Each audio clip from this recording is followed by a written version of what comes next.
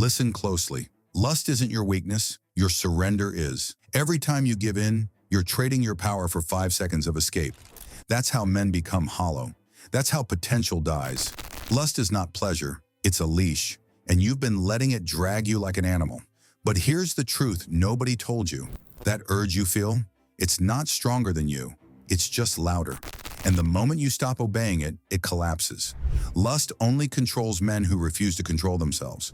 So the next time the urge hits, don't run, don't hide, don't negotiate, breathe. Feel the fire in your chest. Let it burn. That discomfort, that's your strength waking up. That's your discipline forming in real time. You kill lust by facing it, by standing tall while your brain screams for the easy way out. Every second you resist, you evolve. Every moment you hold the line, you're building a version of yourself that lust cannot touch. So here's your command. When the urge hits, don't react, dominate.